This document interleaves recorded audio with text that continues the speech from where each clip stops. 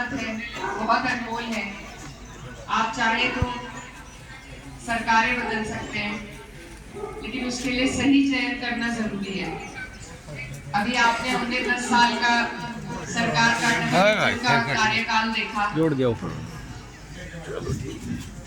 और ये जो कार्यकाल था, इसमें आपके हमारे लिए कोई भी लाभकारी योजना ऐसी नहीं आई जिससे आपका हमारा कोई फायदा हुआ हो।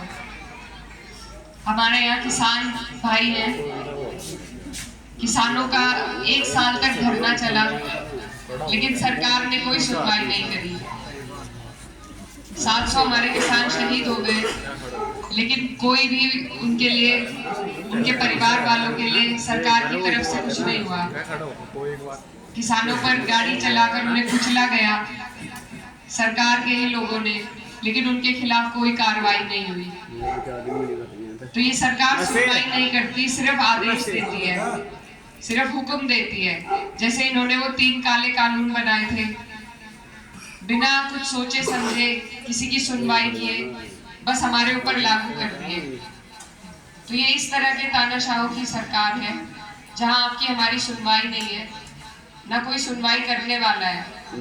और इस सरकार में 36 बिरादरी, हर वर्ग परेशान है, प्रताड़ित महसूस कर रहा है। चाहे हमारे किसान भाई हो, मजदूर हो, हमारे युवा यहाँ खड़े हैं, जिन्हें अब फौज की तैयारी कर सकते थे, अब उन्हें भी अग्निवीर बनाकर छोड़ दिया। कोई भर्ती निकलती है उससे पहले पेपर लीक हो जाते हैं, और पेपर लीक फॉर्म के जरिए इन्होंने कई 100 करोड़ रुपए कमा लिए, कई 1000 करोड़ रुपए। तो पैसे की कमी नहीं है, बस करना नहीं चाहते। हमें और आपको अगर कुछ दिया है तो सरकार ही कहती है कि हम 80 करोड़ लोगों का अनाज बांटने का काम करते हैं।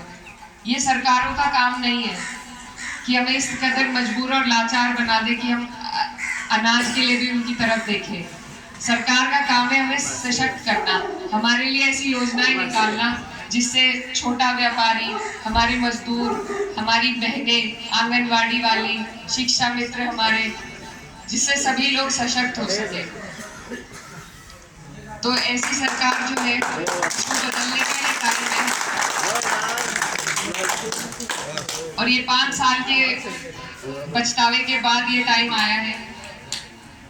हमें अब चूक नहीं करनी, क्योंकि अगर हम चूक गए तो फिर से 5 साल का पछतावा होगा। ये वक्त है बदलाव का, और आप सबसे मेरा यही अनुरोध है कि इस बार जब आप मत का उपयोग करें तो बदलाव के लिए करें, क्योंकि रुका हुआ तो पानी भी सड़ जाता है अगर उसे बदले ना। तो आप सब बदलाव के लिए वोट करें। और यहाँ से जो हमारे माननीय सांसद जी हैं, उनका कार्यकाल भी आपके सामने है। आज वो दोबारा हमारे बीच में प्रत्याशी हैं। वो ऐसी ताकत के आपके सांसद थे, डबल इंजन की ताकत थी उनके पास। सांसद अपने आप में एक बड़ी ताकत होता है, और साथ में डबल इंजन की सरकार का साथ।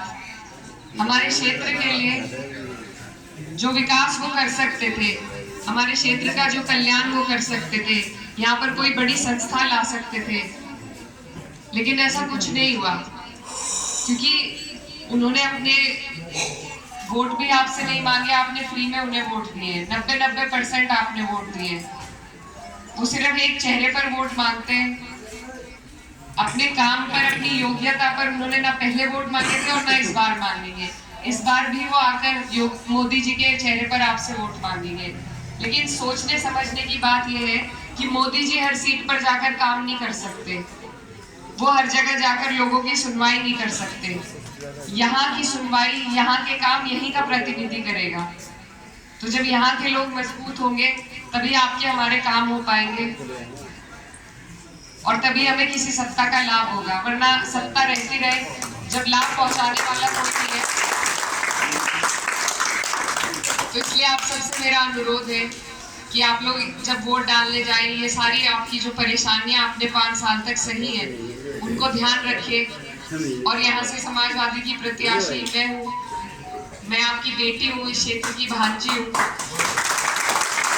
पार्टी ने बड़ा मौका, बड़ी जिम्मेदारी दी है, और ये इतनी बड़ी जिम्मेदारी है कि मैं अकेले से नहीं निभा पाऊंगी। इसमें मुझे आपके सबके साथ की, आपके आशीर्वाद की, आपके सहयोग की जरूरत है। मान सम्मान आप यहाँ मुझे दे रहे हैं, मैं आपसे वादा करती हूँ कि मैं आपकी हर चुनौती पर खड़ी उतरने का प्रयास करूंगी, आपकी हर लड़ाई को मजबूती से लड़ने का काम करूंगी। आपके आशीर्वाद के लिए आपको बहुत बहुत